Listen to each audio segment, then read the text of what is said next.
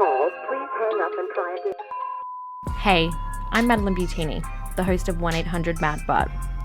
I'm a visual artist from Australia on a conversational journey to call up and talk with the best artists, entrepreneurs, and visionaries of our time. Join myself and my guests as we unravel the stories behind their breathtaking creations and groundbreaking businesses. Make sure to check out our Instagram for extra show notes. You can view it at 1-800-MAD-BUTT. All right, cool. Let's get into it. Hey, Aki. Did I say it right? You said it great. You said it great. Okay. Hey, how are you going? I'm great. How are you? I'm really well, thank you. Thanks so much for coming on 1-800-MAD-BUTT. I really appreciate it. Thank you for having me. I'm very excited. No worries. Let's jump into it. So tell us who you are and what you do. So my name is Aki Yaguchi.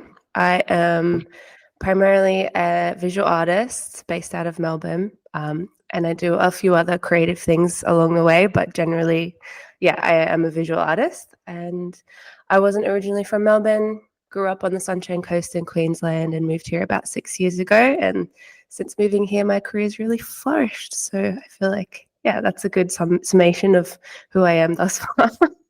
Nice. Yeah, so cute. So I love your work so much. I came about it through another artist called Harley. She's Harley in Handon. I don't know if you know her. She does photography. She's amazing. She's great. Yeah. I saw when you did I think it was your solo exhibition last year or the year before that. And I fell in love with the figure that you do. And I'm going to ask you questions about your figure. But before we get into that, so I was reading up about you and, having a little Google stalk before the interview. Scary. And I really just doing my research, and it's like that meme that people say, like, women are like the FBI. Yeah. Yes, I can relate 100%. But what I really loved was that you said in one interview that your dad got you into art when you were younger, and I'm the same. I can really relate to that. My dad got me into art as well, and I wanted you to tell us about that beginning of your journey and what that was like. All right. I guess, as a kid, I used my imagination a lot. It was my main tool for playing. And generally drawing was a way in which I could put my imagination to something that was physical. I could look at my ideas on paper and really see, I guess, the world that I was thinking of in my brain. And my dad was he still is, he's an incredible visual artist. He's really creative, and he was able to, I guess, draw these beautiful pictures, and I really loved watching him do it. And so once I realized that he was good at that, I've thought that that's something that I really want to do as well. I want to be able to put my ideas to paper in a way that like really translate. And he was just really pivotal for me in the beginning. Dude. What did he used to draw? Do you remember? He would draw a lot of things. Generally, it was very Japanese style, like anime faces and people. He was really good at doing portraiture. So like he'd draw my mom, he'd draw me, he'd draw my sister and brother. But he was like very nerdy. So he'd also just be drawing like Star Wars things and like, that sort of stuff. So like my interest in also, I guess, like, pop culture was also born from his love for it. He was initially the main inspiration for that. So thanks, Dad. Cute. Love Dad. Yeah. Shout out to Dads. No, that's so interesting. I love that. Did your parents, like, when you were in high school and throughout primary school, did they see that you were really into art and really like nurtured that for you? Yeah. So actually, my father wasn't a huge part of my childhood. He was there during, I guess, like from when I was a baby till when I was 8, and then I didn't see him for the majority of my life thereafter. Mm-hmm. So my mum was really pivotal in like continuing, I guess, supporting my creativity and seeing, I don't know, she really loved pushing me and like never ever made me feel bad for wanting to pursue I guess things that aren't traditionally lucrative or yeah, Yeah. I don't know. So yeah, my mum was probably the main reason I kept at it and was my main support network. I never had any pushback from her. So yeah. Nice. Shout out to mum as well. That's so good. Yeah. I love that. And when you finished high school, did you go to uni or anything and study, or did you just like jump straight into it? What was that like for you? There was that pressure to go into, university after school, and I did feel that, but I didn't choose very well. I chose fine art, visual art at QUT, so I moved to Brisbane straight after school. But I never really, it's like a common thing that I hear from artists. I never really stuck with it. I wasn't ready for it. I just wanted to jump into the workforce and really start trying to build an art career from that moment on. And my brain really wasn't in I wasn't in the mindset to really sit back down and get back into education after all those years of having already done it. So I probably only did just over half a year of university before I dropped out. And then I just started, I started working. And in those periods where I wasn't working, I was trying to make money with art. So I was doing portraiture and, similar stuff to what my father did, but in my own way, I suppose. Yeah, that's so cool. No, I love that. I didn't go to uni either, by the way. I don't find it necessary. I feel like life is our best teacher. And I'm a big advocate for obviously get as much education as you can, but if it doesn't feel like it's going to serve you, then you'll learn so many other valuable lessons out there. So, Yeah, and probably less expensive, yeah, yeah, So, exactly.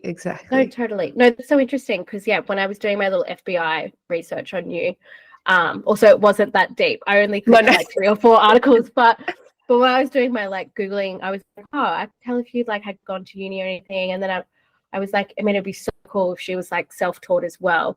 Because I think a lot of people think that you have to be like, you have to go and get your BFA and you got to study in order to be successful. And that's just like not the case anymore, I don't think. No, I think the best lessons I ever learned were through other people, meeting artists that I look up to, and also just through pushing myself. And if I wanted to learn something, I would make sure that I made it I don't know, my goal. I really am a big believer in just you can do anything you put your mind to. Need, you don't need that formal education to know it. We have the internet at our hands. You can learn anything online. So, big advocate for just doing it yourself. Yeah, love it. So I love your mural so much, and I love the figure that you draw. I don't know if it's a gender-based figure though, so I didn't know if to call it a he or a she. So I just said they're so cute, just because I didn't know if it's like a reflection of you or someone you know. So tell us a little bit about that figure, because I just think it's so gorgeous. They're just Thank you. so cute. Her name is Tobu Hime. I call her a she, but I honestly am so happy for people to interpret the character however they see fit and how they fit into their lives, I guess. So for me, the Tobu Hime is a reflection of myself. And I've used her as a way, I don't know, as I've grown in my life, she's also grown as well. And so she's kind of just she's me. But again, so many other people have told me that she or they make them feel a certain way and they see different things in the characters. So I'm so happy for people to decide what they want about it. But yeah. So when did she come about? She came from, so high school art was actually really special for me. My teachers were amazing and they really gave me different views of what art can be and made me believe that there is a career in art. They showed me modern artists that I really ended up becoming major inspirations for my career as I continued. People like Takashi Murakami, I don't know, just those pivotal Japanese pop artists with very distinct characters. I was introduced to them in high school art. So I guess she came about in high school. We had a challenge in class where we had to create a character that kind of represented us. You know, the teacher said, think of the shape, think of how your character moves, colors, like, and I initially came up with a very early version of what the Tobu Hime was going to become. And so probably since grade 10 onwards, I've been drawing her, and she's gone through her own evolution as we've lived together. I love that. Can you explain to me, sorry, this is like me being a total white girl. What does tabu, I don't know how to say it. Tobu Hime. Sorry. That's Tobu okay. Hime. No, What does that it's mean? so Tobu Hime is like a very it's kind of bad Japanese, and I chose to use bad Japanese because I have always grown up like in between two worlds. I've grown up in a very Western environment. You know, I grew up on the Sunshine Coast. It wasn't very multicultural when I was young. So I never was felt like I could identify as Japanese. I'm half. And at the same time, when I meet Japanese people, you know, they never see me as Japanese as well. So it's just like a weird thing. So I called her Tobu Hime because it translates to floating maiden very loosely. But I don't think you would actually use like Tobu Hime as like a Japanese person probably wouldn't name her that, I suppose, to translate those words. But generally that's what it means, floating maiden. Who keeps you inspired? As a basis, like as a good base, someone who always does inspire me is my mother, just because I don't know, she's so strong. I love her, and the fact that she supported me and continues to support me in the career that I want to pursue. I will always look to her for strength and inspiration with my career. But in terms of like current visual inspiration or just like drive, I'm feeling really flat, and I think a lot of it has to do with the time spent in, you know, trying to pursue this thus far. I feel like I've been doing it for almost 10 years now, just like constantly. And the way that that industry works and the way that I've fallen into the industry kind of doesn't fit in with what I feel like, I don't know, is successful to me. Based on the idea that everything is so consumer driven, I really hate that. Like I you know, you have to have that to live, but I don't find it conducive to creating art that's meaningful. And you know, the last couple of years especially, I've been doing a lot of jobs for companies, which I'm so grateful for, like, you know, big companies. But at the end of the day, it doesn't mean that I'm making things that I think are actually impactful or speak to my soul. Girl, I'm going through the exact same thing as you right now. Okay, Yeah. it's good to know. It's good to know that, you know, you're not the only one. I'm not the only one. Like, I feel like with social media, everyone talks about their come ups and the great things about what they're doing, but very seldom do we hear about people who are really not enjoying it. Like, it's currently I'm finding it really taxing to try and tap into my creativity because it just feels so bled dry, and I don't feel like I'm looking to the right things to find inspiration at the moment. Yeah, no, I agree with you. So I did a reel the other day because the last couple of years I've been having like an identity crisis, right? I didn't know that I was having an identity crisis, but I was like you. I was just like working so hard on my art, just doing like commercial commission after another, not really doing anything that like made my soul feel warm or like spark joy for me. I have been going through a lot of other stuff outside of all that. I took a bit of a break and then got back into art, did some more commissions, was like really selective about what I did. The other day I was like just thinking about everything and reflecting on it, and I was like, fuck, I'm upset and I'm frustrated because I don't know who I am anymore. I don't know what I want to say. Like, I've lost my way. Like, I am on a path, but it's the wrong path. It's not the path that I want to be on. Do you get what I mean? No, I do. I understand. And I think like it does take a little while to realize that you're at that point as well, because you're just so used to running on that wheel of like create. I didn't want to admit to myself that I was, I guess, like in that mindset because it was almost like shameful for me. You know, I have this like very strong online identity, and people really have this idea of like, oh, you're so, you know, like you're so successful, you know what you're doing, like look at all the jobs you're doing, like you must be loving it. To some degree, of course, I'm so thankful for all the work that I've gotten thus far and all the things that I've done, and I'm really proud of myself. There's that element of like, okay, well, I've gotten to a point now where I feel like I'm doing the same stuff. I'm just working for money at this point. And what is an artist if it's, I don't know, like just being made for someone else? Like, what is art? Like, what is it? Like, I don't know. There's just so many things that I've just been like having difficulty with. So yeah, currently I'm allowing myself some space to live, because I think life, you know, and experiences are what informs our practices as artists.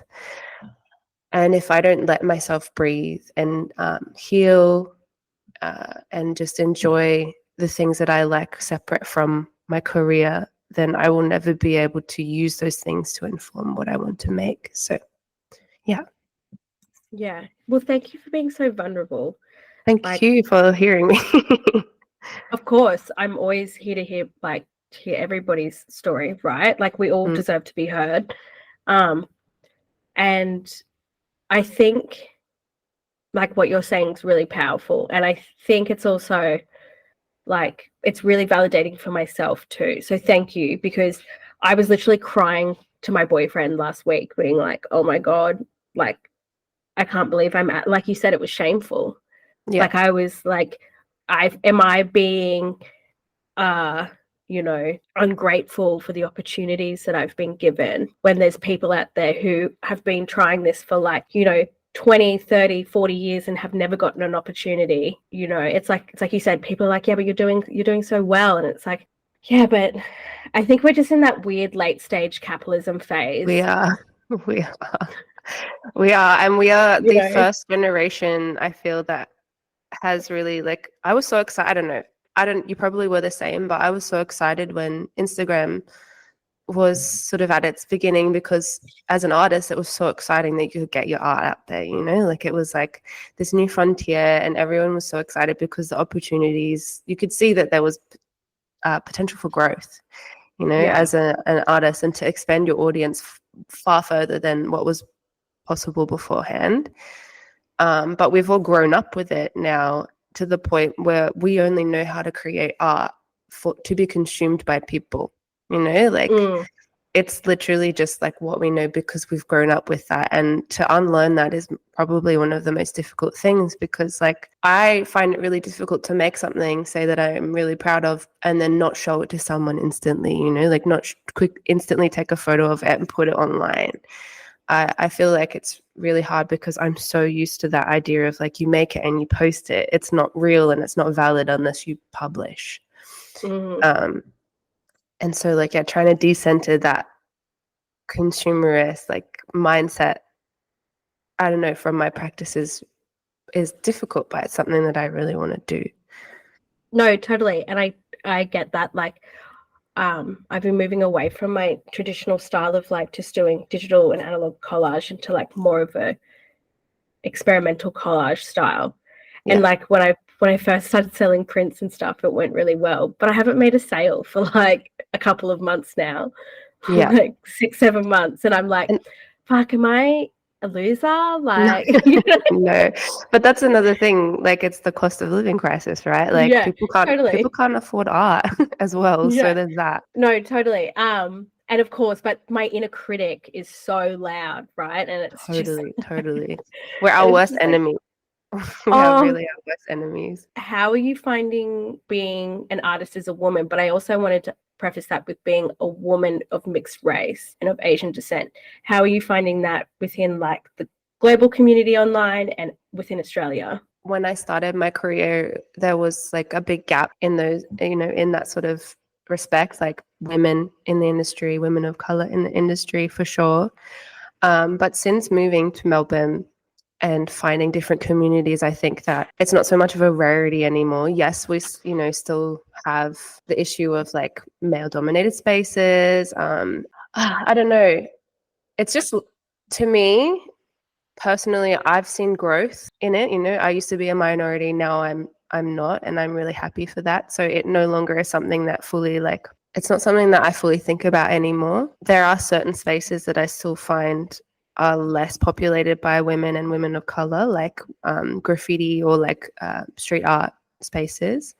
But in saying that, I've also seen so much growth. I can only see it getting better and better as time progresses. So yeah, I don't know. I think we're in a really good spot at the moment. It might be different in other places in the world and for other artists, but generally, from what I've seen in the industry, yeah, I'm quite optimistic about Yeah. the way things are going. Nice. That's good. Yeah, I love that. Yeah. And have you ever gone over to America and done anything with graffiti or street art over there? No, that's something that I really want to do. So that's like another thing that I want to tackle. And also is another reason why I'm feeling a bit flat is because actually I've spent majority of my life in Australia. I actually haven't been overseas since I was born in Japan. I came here when I was little, and then I've actually never been anywhere else. Babe, So, you got to go over there because there's yeah. so much diversity over there, like especially go to New York City. I mean, it's like a very small pool, but it's still like inspiring. I think like that is something that I really want to do. America, especially. I'm going to Japan for the first time since being born there this year. So that's my first thing. I think what I'm scared of America, especially New York, is about being eaten up, like being eaten alive in the world of creatives. I feel like I don't know, so many people are like, you'll get lost over there. You won't get lost. Don't worry. Yeah, You seem like you have good head on your shoulders. Trust me, I was over there and living over there when I was like 21, and I was just like crazy. It would have been so fun. Like, oh yeah, but like it was also a weird time. Like, it was just like I was not in the right headspace to be doing that. I mean, as long as you don't, I don't know, like you seem nice. There's like nobody, like they're all really nice people, Like, that's great. Yeah. No, it's just I shouldn't listen. I'm a big believer on like don't listen to other people's, like just do the thing and find out for yourself. So I need to also apply that to New York. I don't know why. But yeah, but definitely have like your wits about you and stuff. Like there's definitely like fucking weirdos over there. But like that's like anywhere. Right? Yeah. So you just gotta, and especially I guess being a woman, but like the sense of community there is really awesome once you get into it. I actually would like to point as being a woman and also like a friendly woman and a woman of color, things that I have encountered, and I won't elaborate too much on it, but I think I'd like anyone listening who is of, a girl or female or a femme presenting or anything like that to be wary of in the industry is men who are potentially a little bit further ahead in their career as you can take advantage. I think that every presenting person has felt that in their career, that at some point has had someone try to tell you that they can help you and further their career, and actually it's just like a guise into, I guess, like taking advantage of you. 100%. So that is something that still needs to be worked on, I think, in the current like in the industry, and I think it will hopefully never, not always, but it's always been a problem that I've seen. So I don't know, that's something important to think about as well, just like being wary anywhere you are, anywhere in the world of like no, 100%. And that's such a good point, and it happens in every industry too. Like not even just art. Oh, it makes me think of like my creepy old boss who used to like rub my shoulders when I was like behind my chair. Yeah. We don't like that guy at all. He can get, I don't know. Oh my God, I was his PA. So then talking about like challenges, going back to like setting yourself goals, what are some of the challenges that you've set yourself now that you're kind of in this like rediscovery period? I think the biggest challenges for me, which weren't things that I really wanted to think about when I was younger, are things like really understanding finance as a business owner, I think as creatives, and I'm not speaking for all creatives, but a lot of us don't strive to learn about business and finance early on in the piece. And so by the time we're at the point where we have a business to some degree, the management of the money that's coming in it's just not being done properly. I can at least speak from my experience that I put off a lot of that until very, like a lot later in the piece. And I'm almost like, I'm at the end, I'm late 20s now. And I feel like Mhm. had I known a lot of that stuff earlier, I would be in a lot of, I guess, like a better place financially. But that education just, I didn't have it. And it's something that you kind of have to seek for yourself. So that's a Mhm. challenge. I want to become a lot more financially literate. And then also, I think it is challenging for me to say no to projects. I think that's a challenge. I actually really want to stick to my guns and give myself a bit of a rest. Obviously create when inspiration strikes, but not create to make money. I want to just make stuff and find my joy again before I begin to delve into, having exhibitions and starting to roll back into that realm. So saying no to things is a big challenge for me because I'm a yes man or yes woman. There's that as well. But other than that, I haven't really set any like creative challenges. Yeah, I haven't thought really that far ahead. I just want to make sure that I'm ready Mhm. first.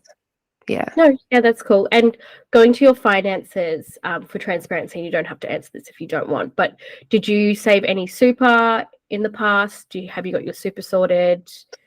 Well, How's that looking? no. So I've always, and this is another thing that I want to, I guess, like get be more brave about. But I've always had a part time or like casual job in between doing my art. Um, it's never been like a full time gig that I've only relied on that as my income. I've always had my super being paid in that sense, and um, wasn't smart about the income that was coming in from my art and using that to pay super.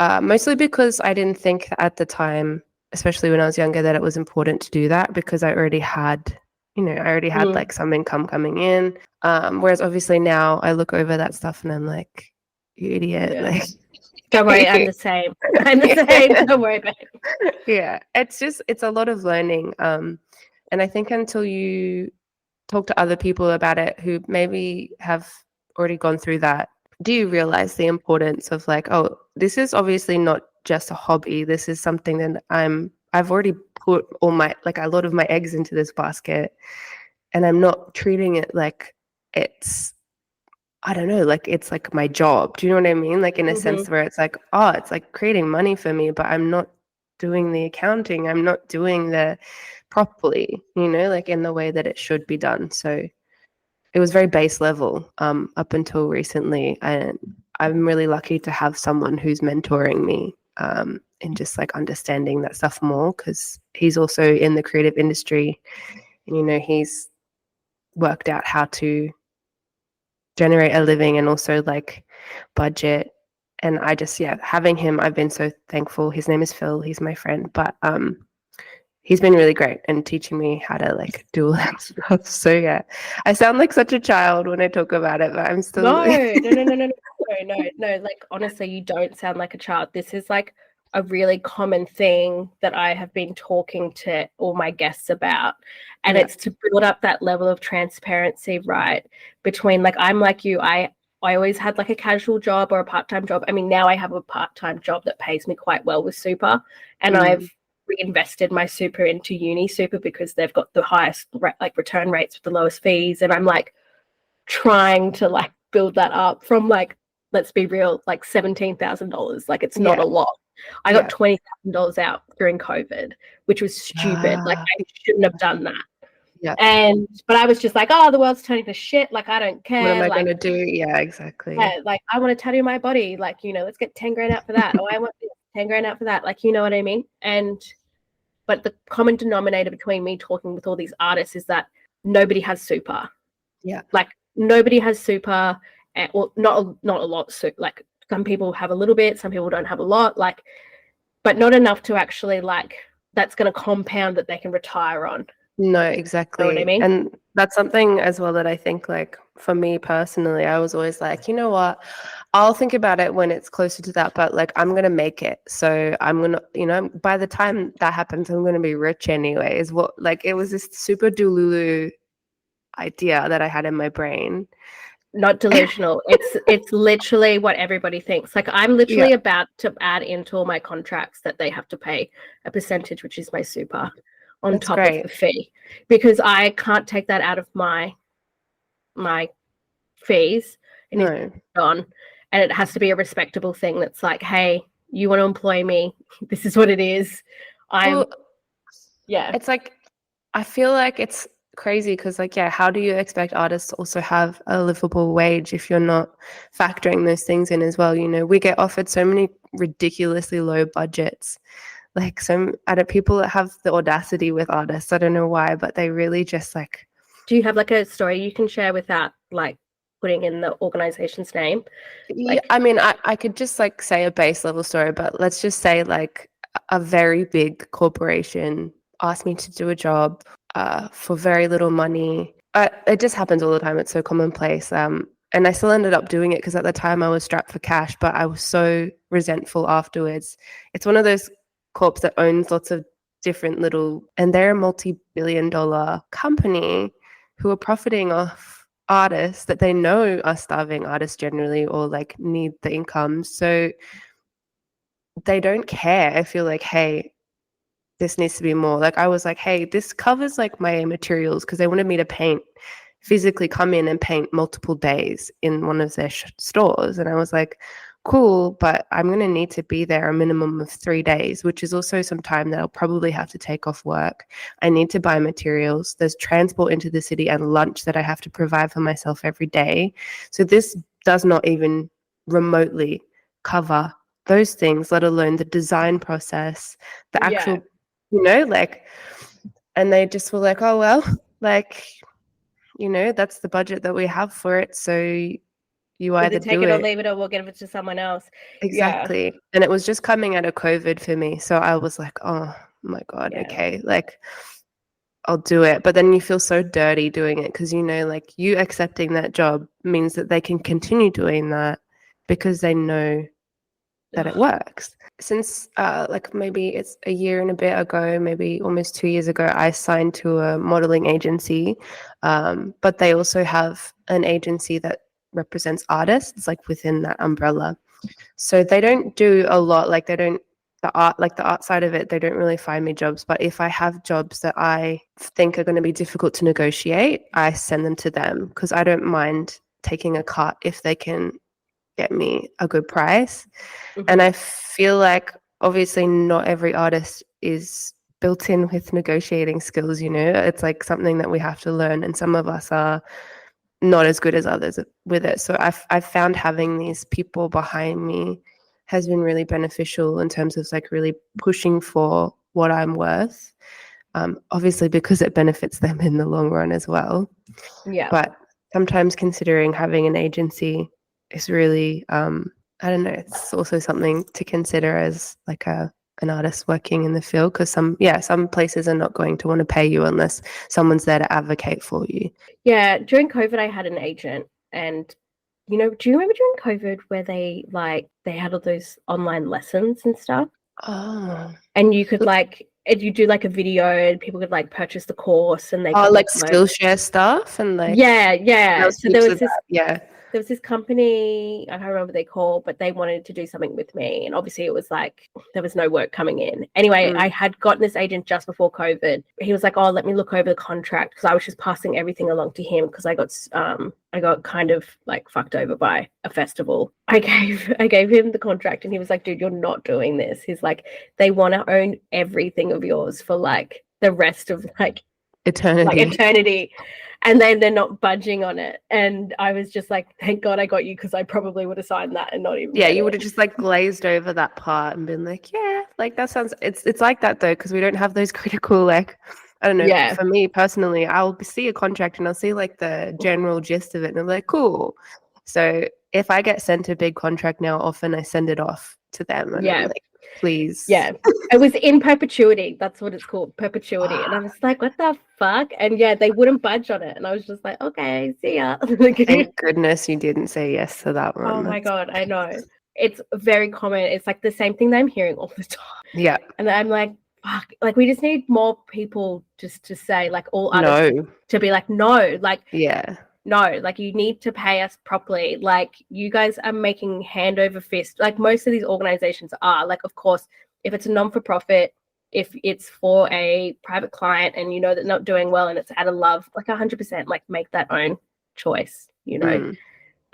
But if these like huge conglomerate fucking businesses who are just making like hand over fist profit, they're like wearing down their workers, to just fucking say no.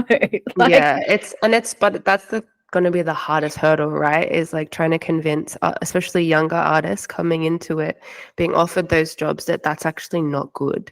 Because had I been offered that particular job, maybe when I was just starting, it might have sounded like a sweet deal. Because $1,000 to me at the time when I was like young, I don't know, that's a lot. Whereas now, obviously, as someone who's done it for a long time and like understands that that's nothing, of course you're going to say like that's fucked up. But yeah, it's like, how do we translate that? Because there are always going to be artists that say yes at the end of the day. Like, and that's the hardest part is like, yeah, I don't know. Yeah, I don't know. I think like it's true though. It's like, and it's really sad when you do have those jobs that you've like said no to and then they give it to someone else and you're like, bro, you literally think that you're worth that much. Like that is, I feel for you. Like, you know, almost not in like a shame way, but in like a no, it's we more need just to like, sit down and chat. we've all been there. Yeah, so that we know like where your headspace is at, because it's like, why would you do that? But yeah, I don't know. You are right though. It is really difficult. It's not like you can get everybody to say no. I don't know. I just want everyone to get what they're paid, you know what I mean, what they're 100%. worth. How do you think social media is changing the art industry landscape at the moment? So obviously it was like super new and everyone was making heaps of money off it. Now it's a lot different. It's a lot difficult to make money off social media.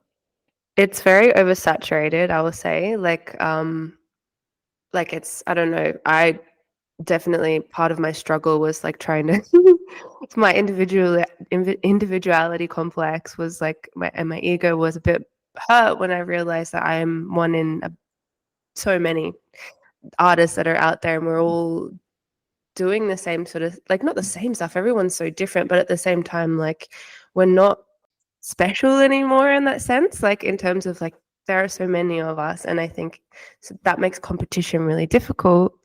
And therefore, like, it's the competition, it's like this weird like wheel of like consumerism then, because you're like constantly competing with other artists who are trying to get their art out there and get the jobs and get paid, and you have to continually be on this wheel of like, well, I have to advertise myself and be relevant and continue to be relevant.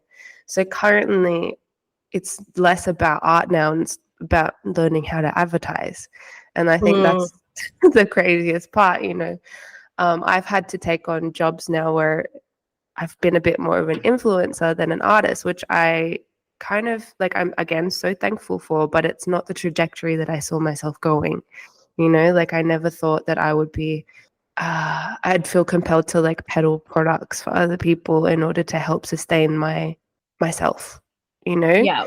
And it's this really interesting thing that social media has created, where if you're an artist, you're not just an artist, you are a personality that people then latch onto.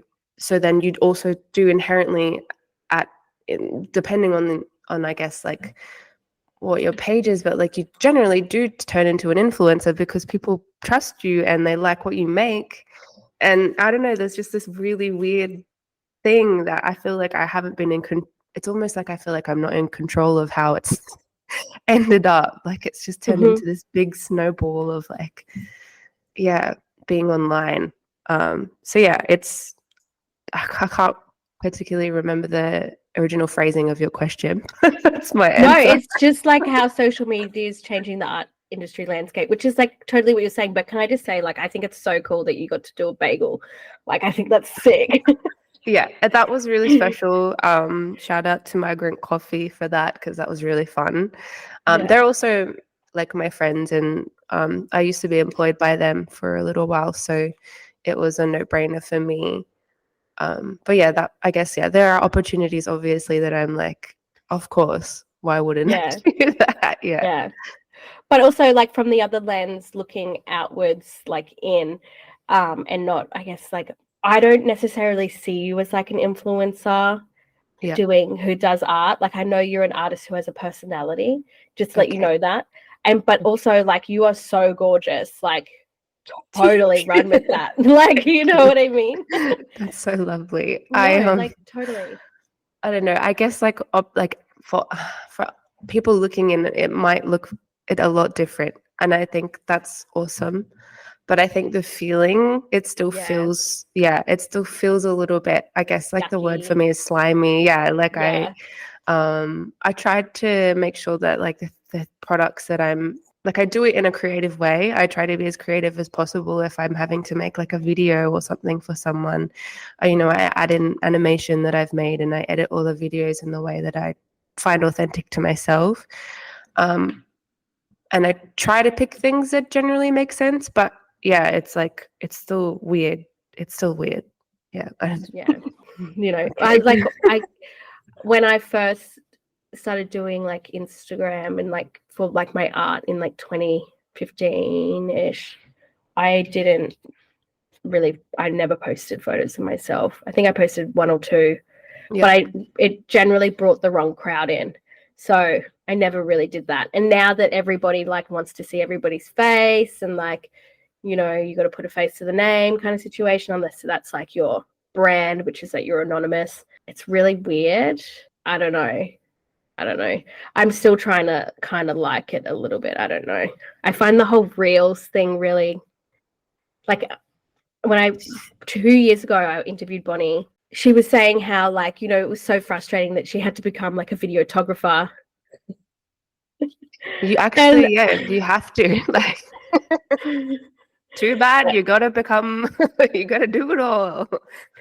Like I miss the lazy days of just being like, cool, I can post like a carousel or like just a single image and some hashtags, and then it's like Suddenly you have to learn how to edit videos and different video angles and have a nice camera so you can. I don't know. There's just so many things. Like it's actually become such a monster. The way that we have to navigate this like platform now. I've literally just decided that like I'm gonna jump off that rat race because but I'll still be a part of it, but I don't have like a horse in that race. You know what I mean? Like I'm going at my own pace. I'm like galloping in my own field. Like I don't need, like, I don't know. I just think like I hate it when people come up to me and they're like, oh my God, you have 20,000 followers or whatever. And it's like, dude, but I lose maybe like 100 followers a month. So like I don't actually gain anything. No, it really doesn't. Like I'm the same. Mine fluctuates up and down depending on what kind of posts I make. Like Yeah. the engagement is like it's just fluctuates, and it's like I don't know. At this point, you have to stop caring. Like you're just gonna be like, I'm just gonna put what I want to put on there, and if you guys People like it, cool. Yeah, exactly. Yeah, I just got to be like who I am and find my tribe. And I think like also the other thing is now that all these different types of people are coming out, like the neurodivergence, the people of color, like, people who are like disabled, and then like, there's like all these different categories of different types of people. It's so nichey now that it's like, of course, people are going to come and go and like wherever they feel like they identify. Yeah, don't worry about thinking that you're an influencer. I don't think that you are. So, maybe it's just, the people close to me that like to tease me, They're like, oh, she's an influencer. They're like, no.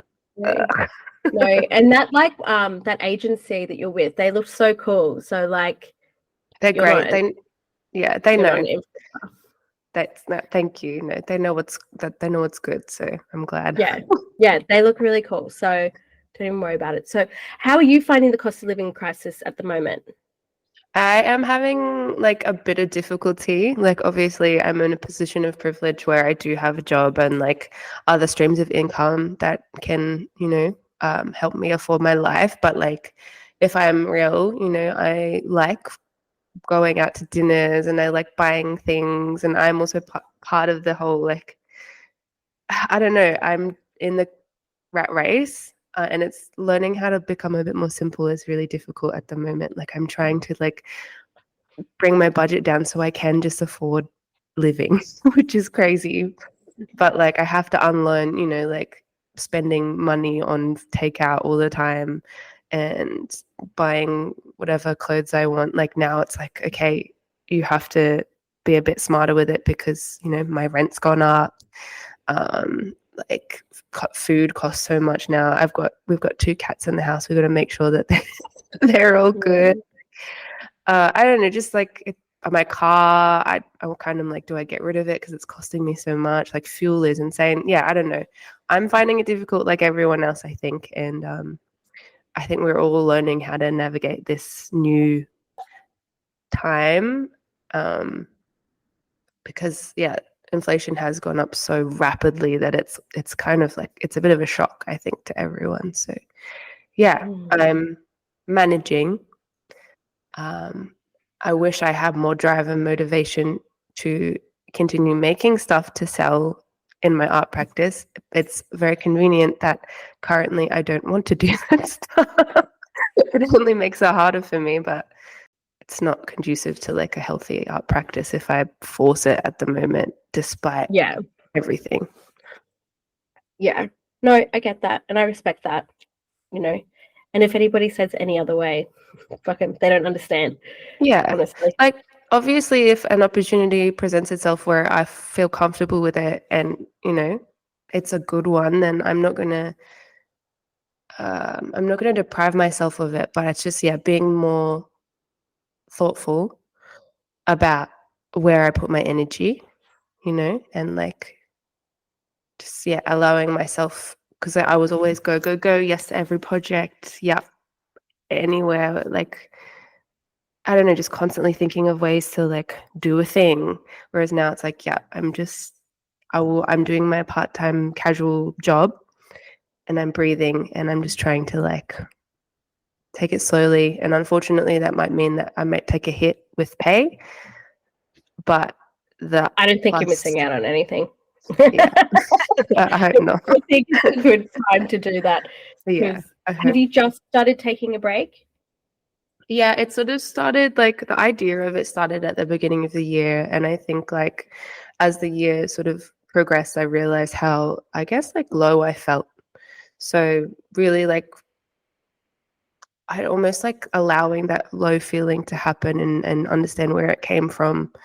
Over the last couple of months, I've had to come to this decision and be like, you need to chill. You need to just like look after yourself as a human being before you continue, doing all this stuff. Because it's so important. If you're not well, you're not going to make anything that's worthwhile or good. No. Been there, sis. I fucking know. No, good for you. And I love that you're giving yourself permission just to, take a break. No pressure, but also giving yourself permission, like, hey, if something pops up and it's cool, like, why not? Like, there's no hard position that you have to be in, Yeah, I think it's just like being kinder, like kinder to myself. Like I have a few little projects that I want to do with friends, but they're not particularly for anything, like like I'm collaborating and for fun, and that's just for my joy. And I think like, doing more things like that is more what I want to concentrate on, because like the most fun I ever had making art was when I was a kid and when I did it for fun. Yeah. Yeah. No, totally. I get it. Don't worry. So talking about self-care, what are some of your favorite things to do for self-care? That's a great question. I think generally like when I am on top of it and I'm looking after myself, I really find that exercise is like I'm not a typically an exercise girly. Like I love sitting down and relaxing. Like that is great, but I find I do it a little too hard and it's like anti-self-care almost. Like I go into bed rot mode. Yeah. So actually like making myself go for a run or go do Pilates is like actual self-care, because I end up feeling so much more revitalized and like human. You're not in like this state of like a daze, like I find if I relax a little too hard, I'm just like spacey and not here. And I tend to then focus on all the things that concern me. So rather than doing that, I have to force myself to like look after my body and my brain by exercising. So that's one thing. These are all really boring examples, but I think as I've gotten older, No, okay, good, because like no, I love self-care. yeah, okay, great. Because I don't know, I feel like they're the typical things that you hear people say, and it's not until like you do grow up and you start doing them that you're like, oh shit, they were right, Yeah. like eating well. Like I love eating well. Obviously, we all go into bouts of like bad habits, but if I'm actually feeding myself properly, meal prepping, eating like I don't know, just eating properly. That's self-care. I think for me, yeah, I feel my best when I'm making effort, to like look Mhm. after myself. So I actually don't like obviously everyone loves massages and going to the spa and stuff like that. I love that too, but my best I'm always at my best when I'm like really striving to like look after the vessel, like Yeah, yeah. yeah. No, I've been sick the last couple of months, like just got bouts of things that Constant. happen, and I just stress and like I started smoking again, which I No, yeah. think was why I like was getting so sick. Yeah. But I've like stopped smoking again. Like I'm over the no nicotine phase. But Congratulations. thanks. But like once my sinus is clear and I can finally breathe properly again, I'm like going straight back to the gym. Yeah. I'm so excited to like lift some weights and just like feel strong. Exactly. And it's like in the moment, obviously it's painful and it's like, but like the reward for your brain and for your body afterwards, like you feel so amazing. And it's also like, what is it? It's that feeling of accomplishment that you're able to overcome. I think that is so important for our brains because then it bleeds into your career and everything that you do is like, well, I can do XYZ, Yeah, builds Yeah. those healthy neural pathways that makes you want to like go out and try new things and experiment and like know that you can, if you have an shit day, hey, you can just go and do it. Someone was saying that they listened to a podcast the other day, don't know what it is, but they said that this woman, actually maybe it was on TikTok that I saw it, and she said that their partner, in order to get them to go to the gym, is that they'll just put their shoes on, like their gym shoes on, with like obviously their whole outfit. But then they're like, oh, I've already got my gym shoes on, so like I have to go to the gym. You know Yeah. what I mean? And I was You like, have I to love that. No, it's true though. You have to make it easy, almost easier for yourself, like to do the things almost. Like for me, I will put on a fresh set of like exercise clothes the night before and then I'll go to sleep in it. So when my alarm goes off and my alarm is away from my bed, so I have to get out of bed. Yeah. By the time I've gotten my alarm, I'm standing up, I see myself in the mirror, I'm already fully dressed. I'm like, well, Let's just go. it's a no-brainer. I'm just gonna go. And I think like setting yourself up like that is, for me, it works because Yeah. otherwise I'm straight back to bed type of girl. Yeah. No, totally. I mean, because I have ADHD, right? And I'm on the spectrum. So if I exercise at night, I get really ampy. Right. And I'm trying not to get into that rhythm, but nighttime's just like when I'm the most productive.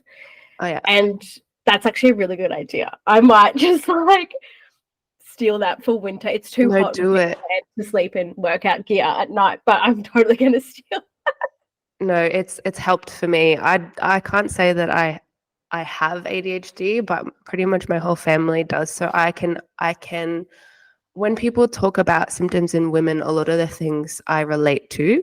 But I'm not going to say that I have it because I have not had a formal diagnosis. It's quite expensive to go to. Oh yeah. I was But diagnosed as a kid, so yeah, I was that's lucky good. in that way. I think like, eventually that's something that I would like to just look into because a lot of the things that I've just read about ADHD in women has really resonated with me to the point where it's helped me understand maybe certain things about my behavior. But again, I wouldn't say that I have it. I don't know. But yeah, I guess like, yeah, if you can intervene in ways, like then you should. Yeah. I don't know. For Yeah. me, the sleeping in the clothes thing was good because Otherwise, I'm not going. You won't see me leave the house if I'm not in those clothes already. I actually used to do that with my high school clothes Yeah. at the end of high school because I hated going. I went to an all-girls school, so I hated going there. So I used to Fair get bullied enough. heaps. And Oh, so it's all right. And so my mum would like literally have to drag me out of the house. And girls yeah, are I the used to worst. Can I just say this? I know. We're getting better though. Like we're No, more we like are. yeah. Just teenage girls in that era. Oh my god. Yeah, it was really, and it was like fresh like social media era too. And I was like an emo and like, you know, I would have Damn. like the used on like my social media profile and they'd be like, oh my god, Maddie's such an emo. You know what I mean? But like that's the best thing. That's the stuff that you look back on and I was like, yeah. I was actually cool. Those girls didn't know shit. So I know. Well, they all follow me on Instagram now, so whatever, fuck it's them. the typical thing. Exactly. Yeah. So if there was anything that you could add into your self-care routine, what would it be? Mm. If I could add it in, hypothetically, if it wasn't expensive, I would go get massages often. I know. Okay, I'm going to tell you something that I do, right? Because I get Tell massages me. once a month. Oh, I just joined okay. City Cave's massage thing. I think I pay like the way I broke it up, it's like $23 a week. It's not locked in, so you can leave at any time. Yeah. You get one massage a week. Stop. Oh my god, my phone doesn't recognize me when I wear makeup. I'm not even joking. Why do they do that? So rude. I know. Wait, I can tell you because I have like one account where all my bills come out of, and I split everything up. Yeah, so I pay $28 a week into an account that all my bills come out of, and once a month I go and get a massage at City Cave. Oh, I love that. Okay, Yeah. I need to look into that because, like, ideally, all my stress goes here. I need I need someone to You totally have ADHD because that's where it is for women because we're always like this and like literally. you know, Oh my god. Yeah. Yay! Diagnosing that. Yeah. Oh, I'm not a psychologist, but No. like literally because last year I was so stressed I had to go see a physio because my neck kept cramping. And he was like, Maddie, you have ADHD. Like, this is really common in women with ADHD, is that their neck and their back muscles just naturally tense up all the time because it's a masking thing, right? Yeah. Fuck, man. That's literally where it all is. I'm like so tense all the time. And I'm like in bed lying there like, this is not good. City Cave, you got to go and sign up for this thing. You don't have to lock in. Literally, this isn't a paid promo for them. No, it isn't. No, but I go and get a Hawaiian massage.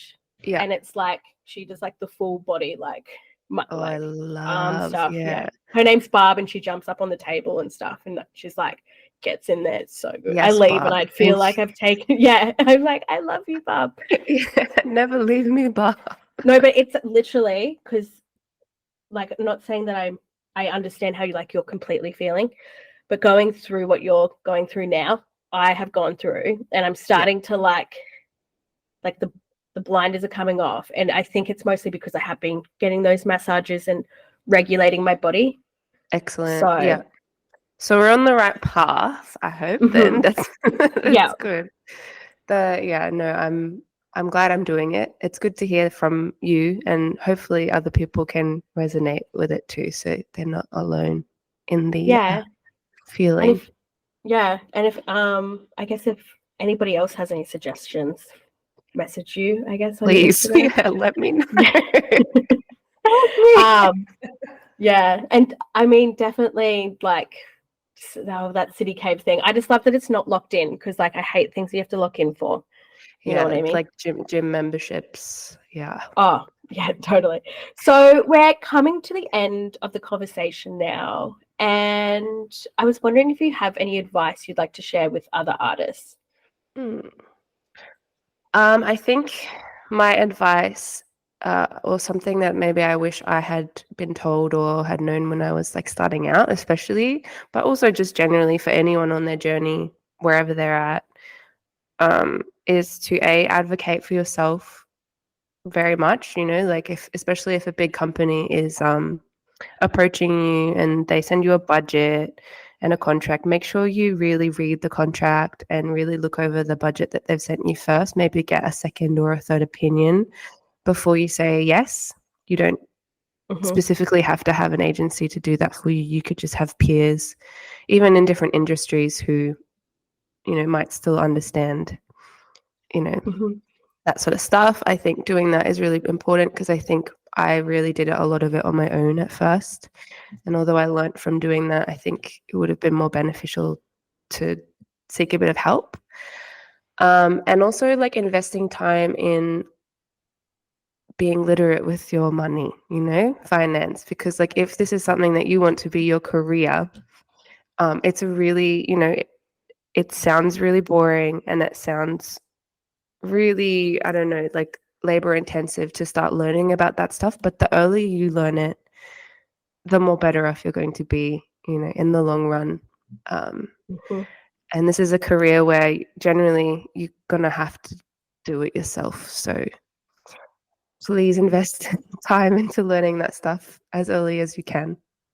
I think that's yeah. Oh, and also rest. If you need rest, please rest, because otherwise you're going to burn out. And you're allowed to burn out, but try and avoid it as much as possible, and allow yourself some time. Yeah, look after yourself. Yeah. No, 100%. Do that self-care. Yeah. So what else do you have coming up? Oh, sorry, what do you have coming up that you can share with us if you have anything coming up? Are you just taking a break or?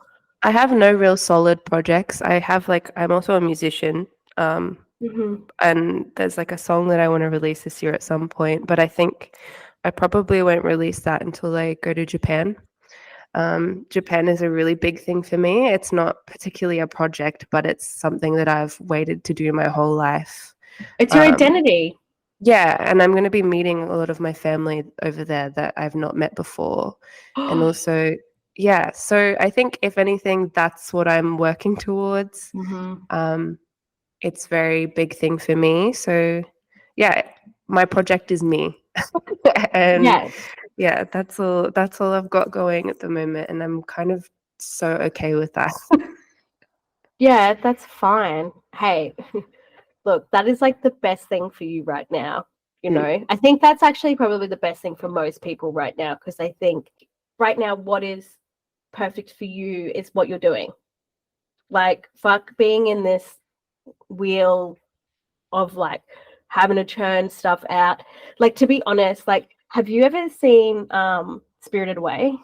Yes, love Spirited Away. Oh my god, do you know that scene where there's all those like pigs like eating the food? Oh, yeah. That's how I view like late stage capitalism art industry right now. That's what it feels like. Everyone is just like gluttonous pig, like just trying to, and it wears you down so hard. But that's the thing, they're also like not actually stopping to enjoy the flavor, and that's the thing, we're not actually taking in, we're not taking it in, the stuff. We're just like, consuming it. There's no, I don't know, there's no pausing and like being in the moment. Yeah, it's always what's the next thing, it's so I think a lot of people, especially because it's like COVID was a really difficult time, there's like mass anxiety around the world, there's a lot more mental illness, which is fine. I have mental illness, but it's like we need to really like stop and take a pause. And like I almost like want the internet to shut down. Do you know what I mean? Yes.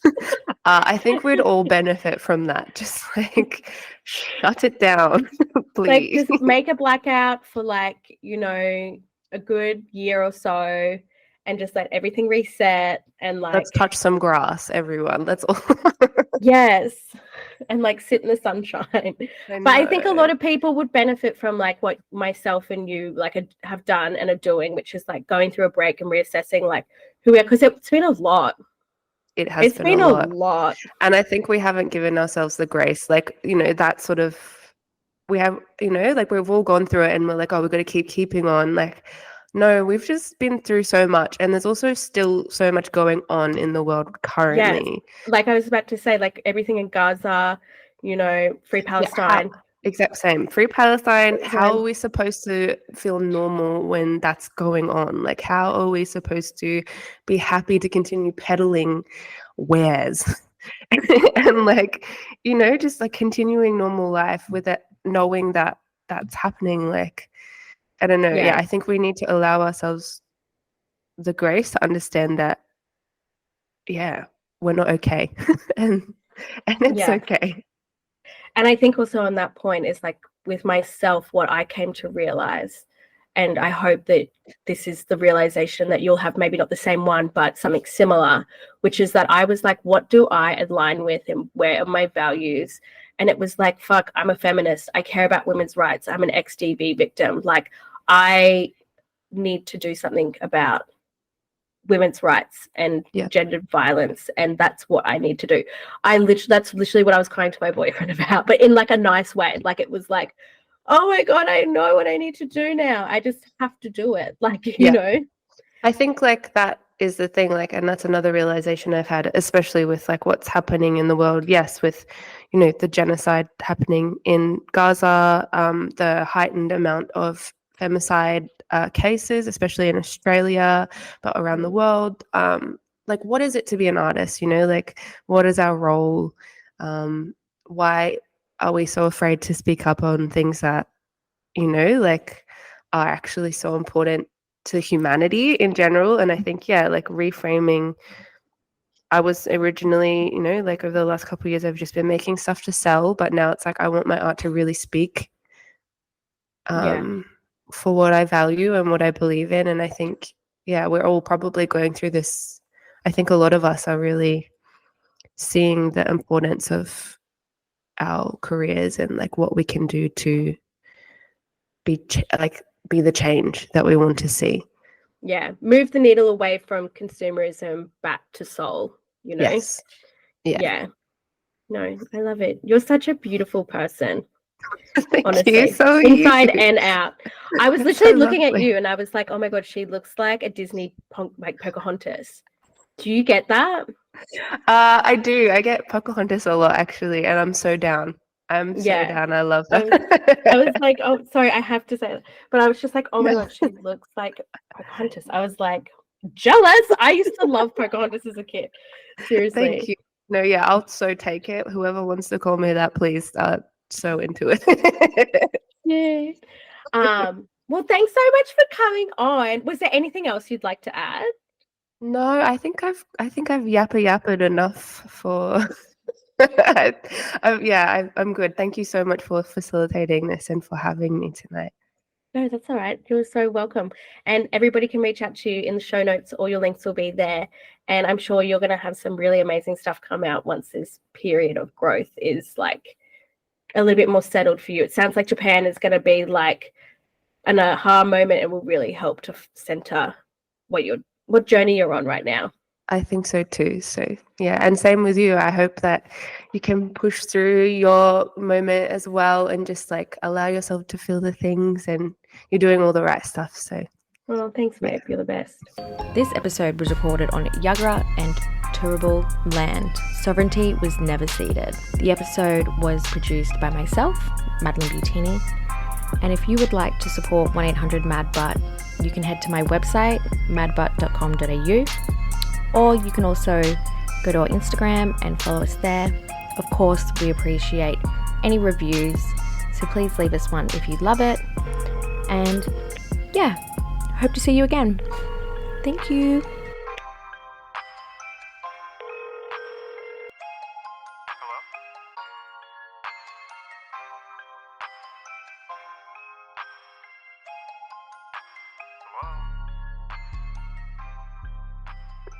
If you'd like to make a call, please hang up and try again.